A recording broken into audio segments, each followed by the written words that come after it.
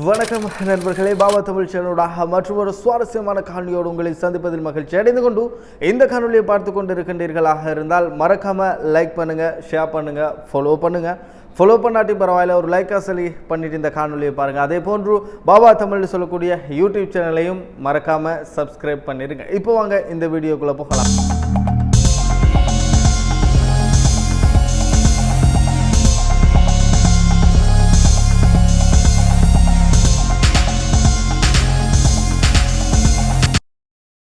அதாவது உலகக்கிண கிரிக்கெட் சுற்று போட்டியில் மிக முக்கியமான போட்டிகள், அதாவது 90 விதமான முதலாவது போட்டிகள் நிறைவுக்கு வந்திருக்கின்றன. அந்த வகையிலே நாங்கள் பார்த்தோமாக இருந்தால் இன்றைய தினம் இடம்பெற்ற போட்டி பங்களாதேஷ் அதே போன்று நெதர்லாந்து ஆகிய இரண்டு அணிக்குள்ளான போட்டி இடம்பெற்றது. இந்த போட்டியிலே நெதர்லாந்து அணி மீது தான் அதிக நம்பிக்கை இருந்தது என்று சொன்னால் நெதர்லாந்து அணி இந்த போட்டி வெற்றி கொள்வார்கள் என்பதாகத்தான் எதிர்பார்க்கப்பட்டிருந்தது. ஆனால் நடந்த விடயம் வேறு. முதலில் துருப்படுத்தாடிய பங்களாதேஷ் அணியினர் மொத்தமாக 159 ஓட்டங்களை மாத்திரமே பெற்றுக் கொண்டார்கள். 5 விக்கெட்டுகளை இழந்து 20 ஓவர்கள் நிறைவடைந்த நிலையில் பங்களாதேஷ் அணி சார்பாக சிறப்பான முறையிலே துருப்படுத்தாடி இருந்தார். பங்களாதேஷ் அணியினுடைய முன்னாள் தலைவர் சகிபுல் ஹசன் அட்டகாசமான முறையில் துருப்படுத்தாடி இருந்தார். கிட்டத்தட்ட அவர் 64 ஓட்டங்களை பெற்றுக் கொடுத்திருந்தார். 46 பந்துகளுக்கு 9 4 ஓட்டங்கள் அடங்கலாக மிகச்சிறப்பான ஒரு துடுப்பாட்டம். அதாவது 2-3 போட்டிகளில் சறுக்கிய சகிபுல் ஹசன் மீண்டும் போமுக்கு திரும்பியது.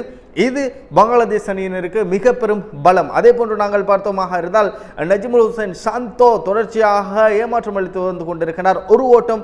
அதே போன்று ஆரம்ப துடுப்பாட்ட வீரர் ஹசான் 26 பந்துகளுக்கு 35 ஓட்டங்களை பெற்றுக் கொடுத்திருந்தார். அதே போன்று அனுபவம் வாய்ந்த வீரர் முகமதுல்லா 21 பந்துகளுக்கு 25 ஓட்டங்களை பெற்றுக் கொடுத்திருந்தார். 4 ஓட்டங்கள் 6 ஓட்டங்கள். மொத்தமாக பங்களாதேஷ் அணியினர் 159 ஓட்டங்களை பெற்றுக் கொண்டார்கள். 5 விக்கெட்டுகளை இழந்து 20 ஓவர்கள் நிறைவடைந்த நிலையில் 159 ஓட்டம் என்பது இந்த அமெரிக்கா மைதானங்களை பொறுத்த மட்டிலே மிகப்பெரிய ஒரு வெற்றி இலக்கு. அதாவது 200-250 அடிப்பது போன்று மிகப்பெரிய ஒரு வெற்றி இலக்காகத்தான் நாங்கள் பார்க்கக்கூடியதாக இருக்கிறது. அந்த வகையில் பதிலுக்கு துடுப்படுத்தாடிய நெதர்லாந்து அணியினர் வெறுமனே 134 ஓட்டங்களை மாத்திரமே பெற்றுக் கொண்டார்கள். 8 விக்கெட்டுகளை இழந்து 20 ஓவர்கள் நிறைவடைந்த நிலையிலே நெதர்லாந்து அணி சார்பாக நாங்கள் பார்த்தோமாக இருந்தால் அதிகபட்ச ஓட்ட எண்ணிக்கையாக பெற்றிருந்தார் ஸ்டைப்ரட் பெற்றிருந்தார். 22 பந்துகளுக்கு 33 ஓட்டங்கள், 3-4 ஓட்டம், 6 ஓட்டம் அடங்கலாக. அதே போன்று அணியினுடைய தலைவர் ஸ்காட் பெற்றிருந்தார்.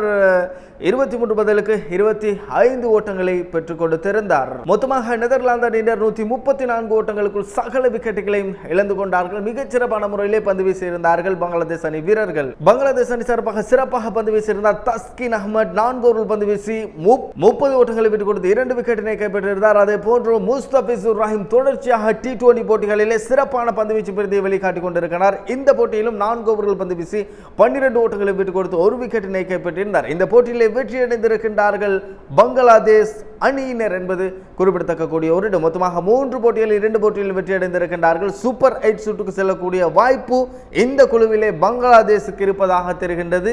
பொறுத்திருந்து பார்ப்போம். இதே போன்று மற்றும் ஒரு சுவாரஸ்யமான காலனியோடு உங்களை சந்திக்கின்றேன். நன்றி, வணக்கம்.